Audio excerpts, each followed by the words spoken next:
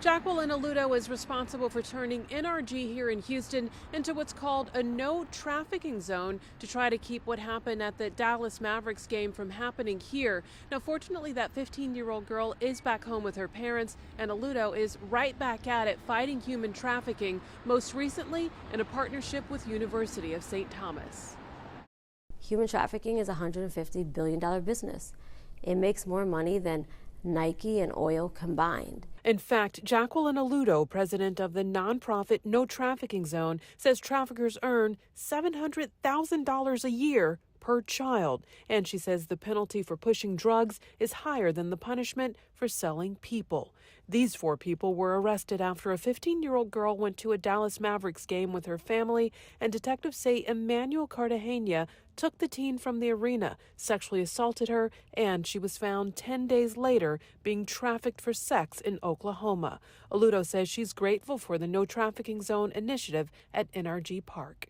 If someone were to go missing and if someone were to be trafficked from the stadium, we know how to respond right away. Here at University of St. Thomas, students are teaming with No Trafficking Zone, learning how high school and college campuses are a hunting ground for predators. You think human trafficking, it's that Liam Neeson, it's somebody with an Eastern European accent taking your daughter in the middle of the night and smuggling her halfway across the world. But it also is a child that doesn't even have to leave their bedroom in order to be trafficked.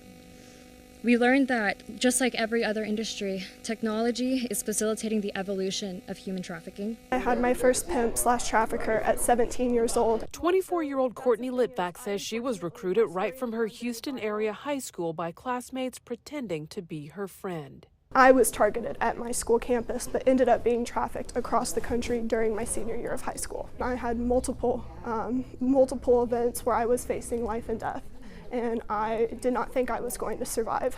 Here in Houston, Harris County, Texas, this is unacceptable. This will not stand. The students here at St. Thomas are starting an anti-human trafficking podcast called Unmuted.